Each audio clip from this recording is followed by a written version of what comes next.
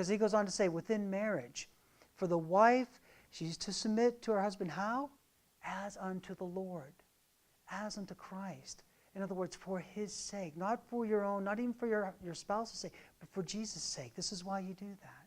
And it's such a beautiful thing in that regard because it mirrors something. Do you know your submission mirrors the relationship within the Godhead? Do you understand that? When you submit to your husband? Because in the Godhead, how many gods are there? One. How many persons? Three. One God, three persons. One God, same in substance, equal in power and in glory. There's complete equality in the Godhead. But functionally, what did Jesus Christ do? He submitted himself to the Father. He came to do the Father's will. He left the glories of heaven, put on the flesh in order to live for us. So we see that the Son coming to do the Father's will. He came to serve, not to be served, to give his life a ransom for many. That servant's heart is what's seen, and that's what's mirrored in submission. A willingness to serve, a willingness to do that for the sake of Christ. So it mirrors Jesus. That's a beautiful thing. Isn't that precious? When you're doing that, you're showing the character of the Son in that way, in that loving way. Biblical submission mirrors Christ. Now, before we go any further, you have to understand that submission never involves sin. Please understand that. Please know that. Let me elaborate just a little bit. It doesn't mean, and it never involves abuse. If you're a Christian wife and your husband is abusive to you, remember, you're Christians first. So that doesn't work. You know what I'm saying? Oh, well, he's my husband and I need to submit to him and I just need to... That's not what biblical submission is. If there's any kind of abuse, the first thing you need to do is, well, I don't know which order, let your elders know in the church. This is what my professing, loving Christian husband is doing, right? Who I'm seeking to serve. Number two, call the authorities if there's abuse going on. Because you're Christians first, and they're accountable to God. And where there's sin involved, they need to answer for that, right?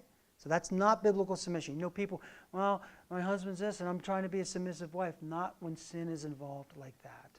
Number two, again, where there's adultery, there's some wives, well, I know that he's cheating on me, but I'm his wife, and I need to say, wait a minute, no. You're Christians first. What you need to do is go to the elders of the church, go to the pastor of the church, let them know what's going on so they can deal with that. That's not biblical submission, right? And I know that it's very difficult for many to embrace this rule, especially in the culture that we live in. And it doesn't mean, submission doesn't mean that you're passive or that you're weak in any way. Don't ever confuse submission, humility, with being passive and weak. Was Jesus weak? Was Jesus passive in that way when it came? No, there's that strength of humility and being passive and weak are two different things. Read Proverbs 31. That's a woman, a strong woman in the Lord. Think about the women that followed Christ. Were they weak? Huh? They were the strong ones, man. They followed their Savior, and they provided for their Savior. And even when all the dudes left, because they were scared and they were running, where were the women? They were there at the cross, okay? See, that's strength. That's submission. That's what we're talking about here. That's a biblical aspect of that. It doesn't mean that you have no influence.